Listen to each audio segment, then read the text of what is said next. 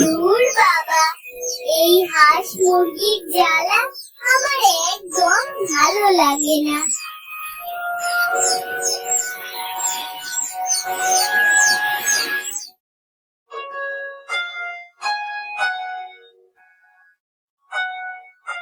কিরে মা, তাড়াতাড়ি খা, আমাকে তো আবার তাড়াতাড়ি মোড়ল মশাইয়ের বাড়িতে যেতে হবে।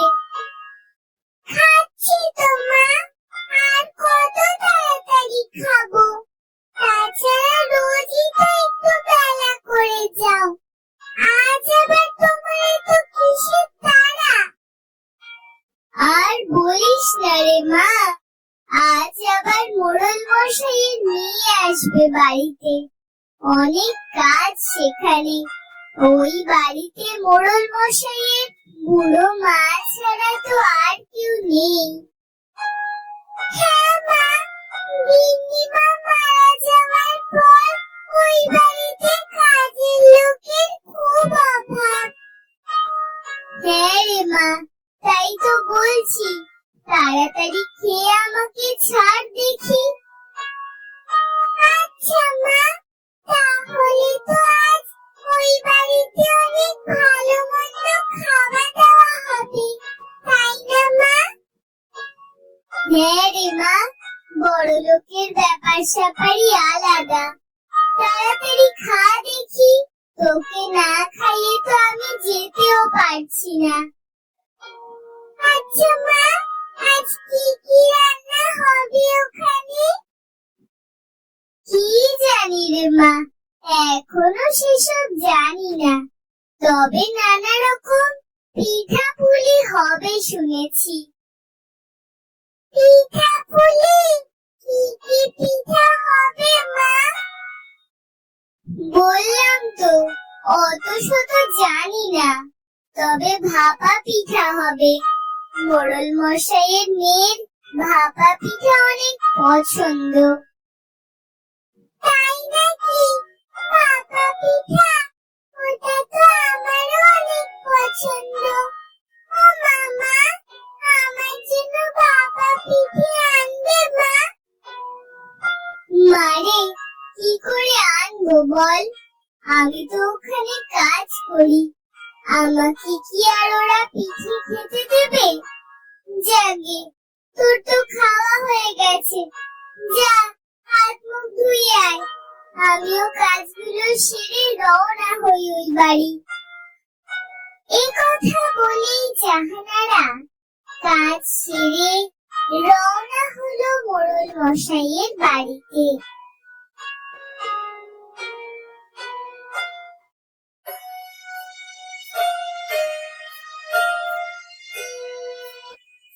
এই কি রে জাহানারা, এতক্ষণে তোর আসার সময় হলো? বাড়ি ভর্তি কত কাজ, আজ কতদিন পর মেয়েটা বাড়িতে আসবে বলতো? এসব নিয়ে আপনি একদম চিন্তা করবেন না মোড়ল মশাই, আমি সব সামলে নেব। হ্যাঁ হ্যাঁ, তাই কর। মা মরা মেয়ে আমার, দেখি সাধুর আপ্যায়নে যেন কোনো ত্রুটি না থাকে। এই কথা বলেই মোড়ল মশাই আর জাহানারা ভিতরে চলে গেল।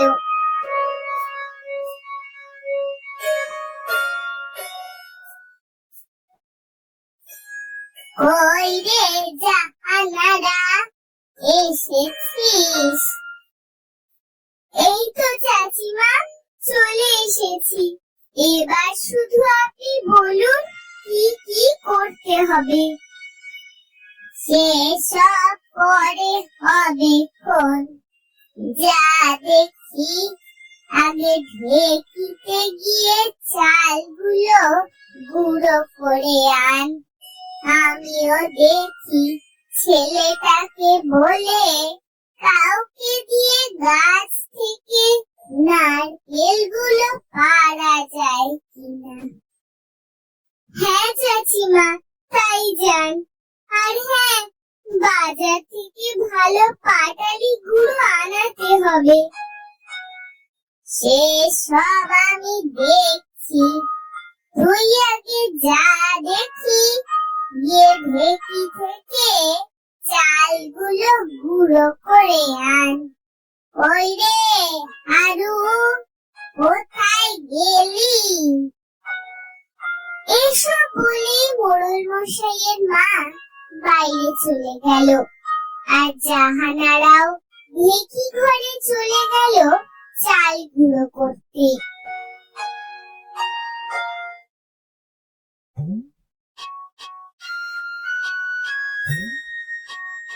দাদি, ও দাদি, কোথায় গেলে?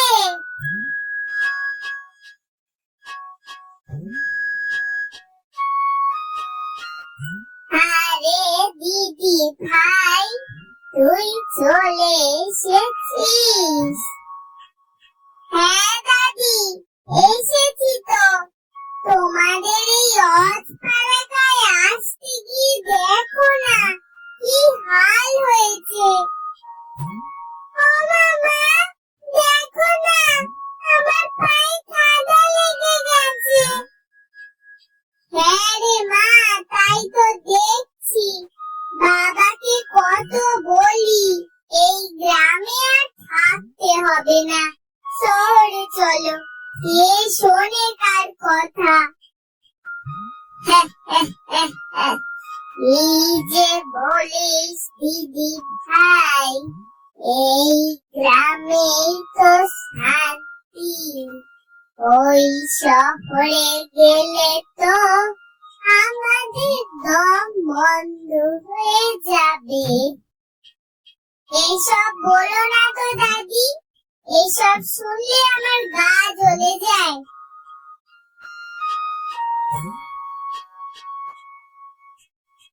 আরে মা লায়লা, এসে গেছিস? হ্যাঁ বাবা, এই মাত্রই আসলাম। এই যে দিদি ভাই, কেমন আছো? ভালো আছি দাদু ভাই, তুমি কেমন আছো? ওরে আমার দিদি ভাই, আমিও খুব ভালো আছি রে। যা রে মাজা, হাত পা ধুয়ে নে, আর তোর পছন্দের ভাপা পিঠা বানানো হচ্ছে, দেখবি কত ভালো লাগবে।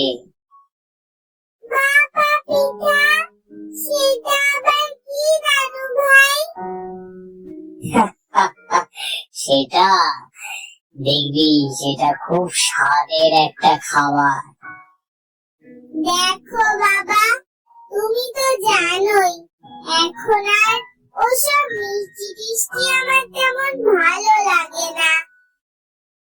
কি বলিস রে মা, আমি তো আরো তোর জন্যই এত আয়োজন করলাম। যাকে তুই যা, হাত পা ধুয়ে নে। আর দিদি ভাই, তুমি আমার সাথে চলো, বুঝলে? তোমাকে আজকে গ্রামটা ঘুরিয়ে দেখাবো। এই বলে মোড়ল মশাই আয়েশাকে নিয়ে বাইরে চলে গেল। ওদিকে জাহানারা ঢেকিতে চাল গুঁড়ো করছিল। তাড়াতাড়ি গুঁড়োগুলো হয়ে গেলে তাহলে শান্তি, নইলে আবার দেরি হয়ে যাবে।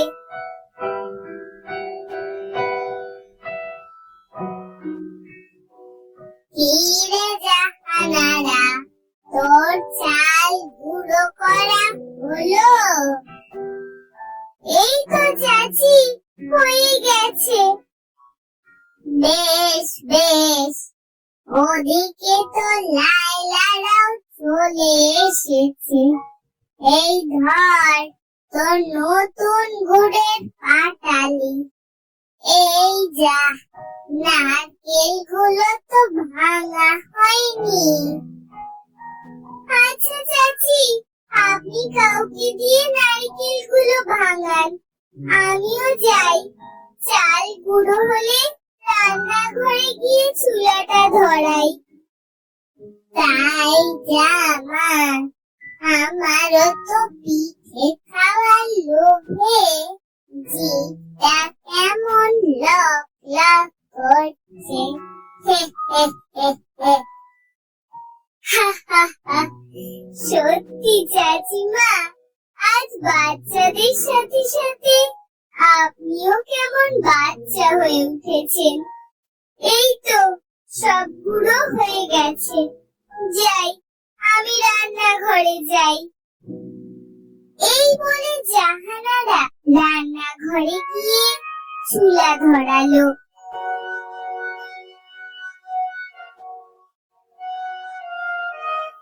এই মেরে মা, নারিকেল ভাঙা হয়ে গেছে।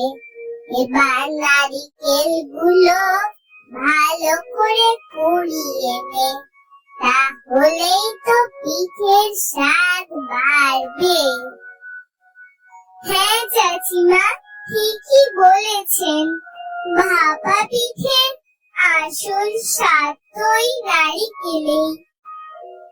তা যা বলেছিস, যত সময় যাচ্ছে লোকটা যেন জাকিয়ে বসছে।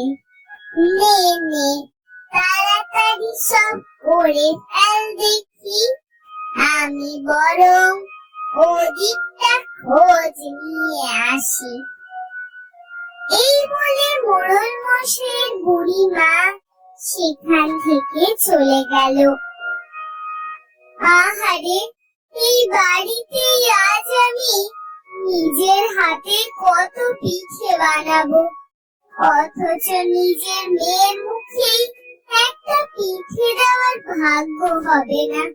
হায় আল্লাহ, এই কি ছিল কপালে। এইসব ভেবে জাহানারার চোখ ছলছল করে উঠল।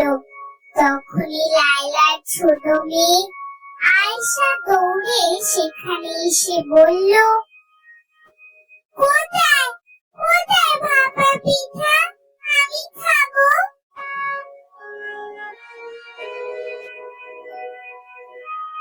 এ কি আয়েশা, তুই এখানে এসেছিস? এসো মা, এখানে এসো। না না, আমার মেয়ে চুলার কাছে কেন যাবে? ওখানে গেলে আগুনের তাপে আমার মেয়ের গায়ের রং কালো হয়ে যাবে। না না, কিছু হবে না। দেখ জাহানারা, কাজ করতে এসেছিস, কাজ কর। আমার মেয়েকে আলগা পিরিত দেখাতে হবে না। এইসব কি বলছেন ছোট আপা? আমরা তো একসাথে বড় হয়েছি। হয়েছি তো কি হয়েছে, ভুলে যাস না আমি এই বাড়ির মেয়ে, আর তুই এই বাড়ির কাজের মেয়ে। চল আয়েশা, ভেতরে চল। এই বলে লায়লা আয়েশাকে ভেতরে নিয়ে চলে গেল। আর জাহানারাও মন খারাপ করে পিঠা বানাতে লাগলো।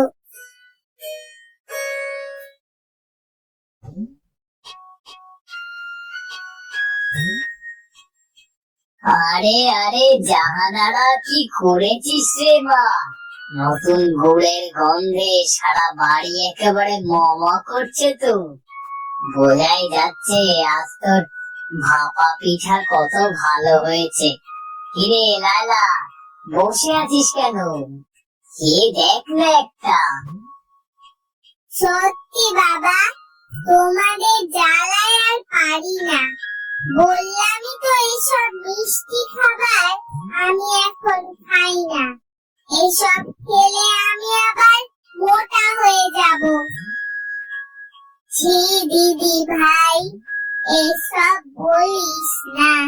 তোর বাবা তুই ভালো খাস দেখে কত শখ করে এসব জোগাড় করেছে, আর তুই বলছিস খাবো না।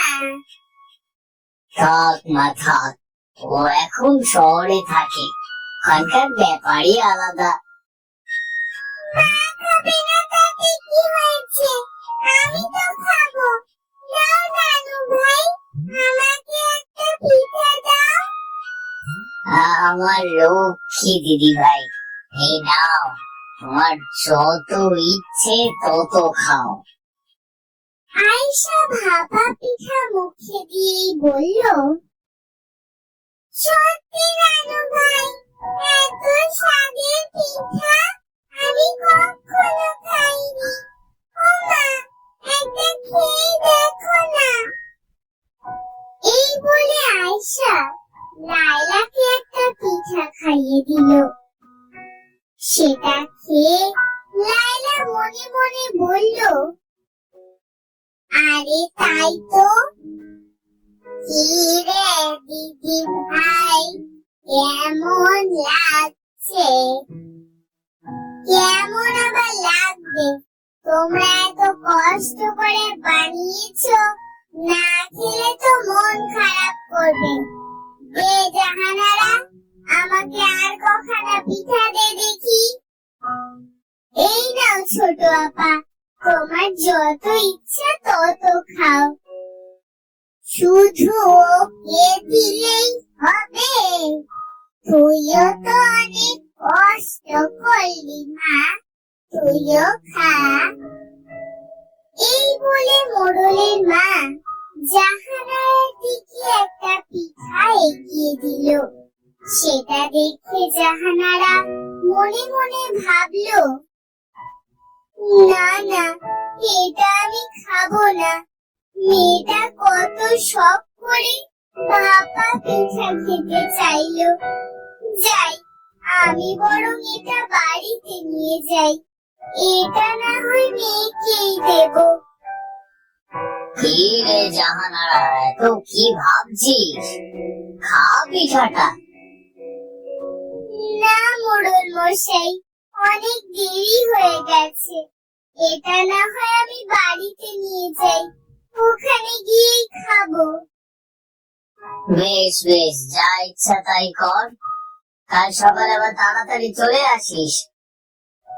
আচ্ছা মোড়ল মশাই, তাহলে আমি এখন আসি।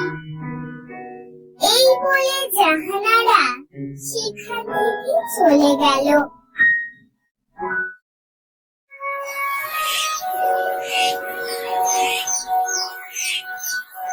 কি মেয়েটা যে দেখছি এখনো বাড়ি ফেরেনি।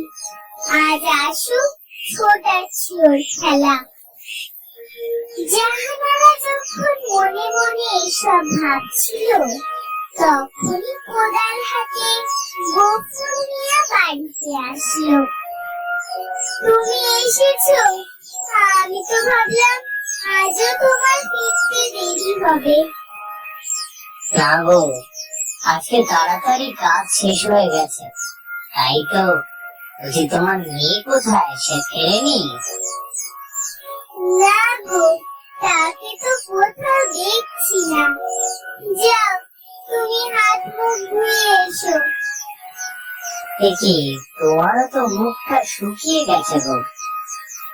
হয়েছে, তোমার আর আমার শুকনো মুখ দেখতে হবে না। নিজের দিকে তাকিয়েছো? কি হাল হয়েছে শরীরে। সারা দিন কাজ করে একদম নাজেহাল অবস্থা। মারে, আমি একাই কাজ করেছি? আর মোড়লের বাড়িতে ওরা বোধহয় তোমাকে সিংহাসনে বসিয়ে রেখেছিল। যাও যাও যাও, তুমিও ঘরে চলো, হাত মুখ ধুয়ে একটু বিশ্রাম করবে। এই বলে গফুর মিয়া আর জাহানারা দুজনেই ঘরে চলে গেল।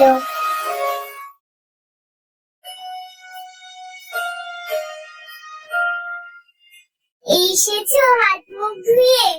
এই নাও, ওই বাড়ি থেকে একটা পিঠা এনেছিলাম। অর্ধেকটা তুমি খাও, বাকিটা সাদিয়া এলে ও খাবে।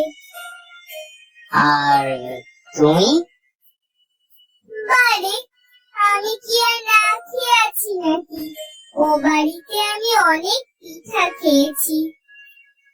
শোনো গিন্নি, আমাকে মিথ্যা গল্প শুনিও না। আমি ভালোই জানি ওরা তোমায় কত খাইয়েছে। আমাদেরকে খাওয়াবে বলে যত সব মিথ্যে কথা, তাই না? যাকে ওই তো অতটুকু পিঠা, তুমি বরঞ্চ ওটা আমাদের সাদি আমার জন্য তুলে রেখে দাও। সত্যি তুমি আমার মুখ দেখে সব বুঝে যাও। কম বছর তো হলো না সংসারে, জাগে যাও পিঠাটা বরং রান্নাঘরে সাবধানে রেখে এসো, সাদিয়া এলে তখন খেতে দেবে। গফুর মিয়ার কথায় জাহানারা পিঠাটা রান্নাঘরে রেখে এলো।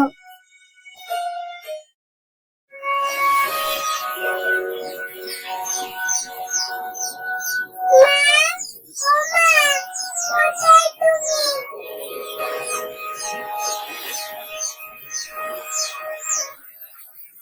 এতক্ষণে তোর আসার সময় হলো? বাড়ি খেলা শেষ না হলে কি করে আসবো? তাছাড়া আমার একা একা বাড়িতে থাকতে একদম ভালো লাগে না।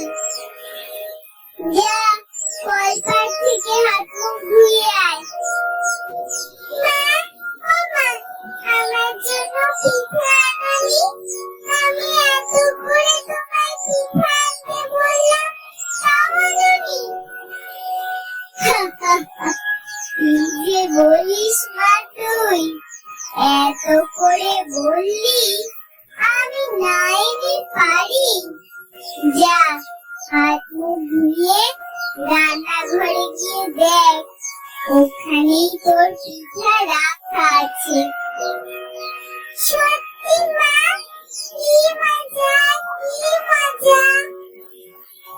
এই বলে সাদিয়া সেখান থেকে চলে গেল।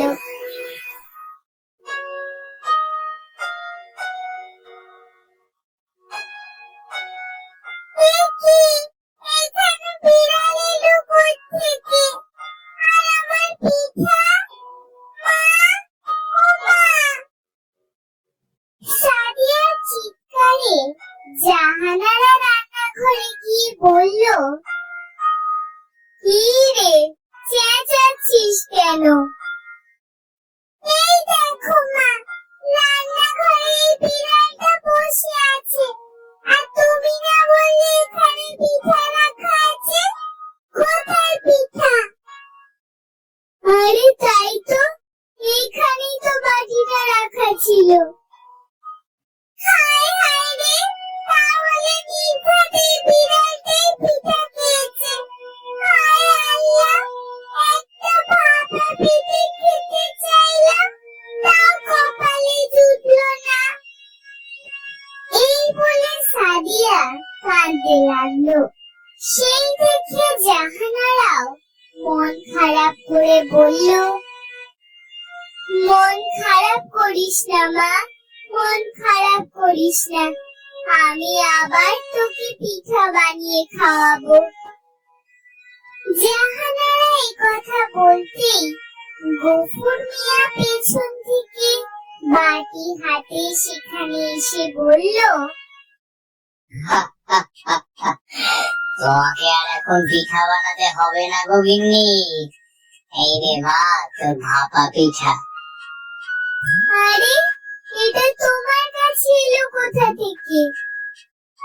আরে আমি তো দেখেছিলাম বিড়ালটা এই ঘরে আসছে, তাই তো পিঠা সরিয়ে রেখেছিলাম।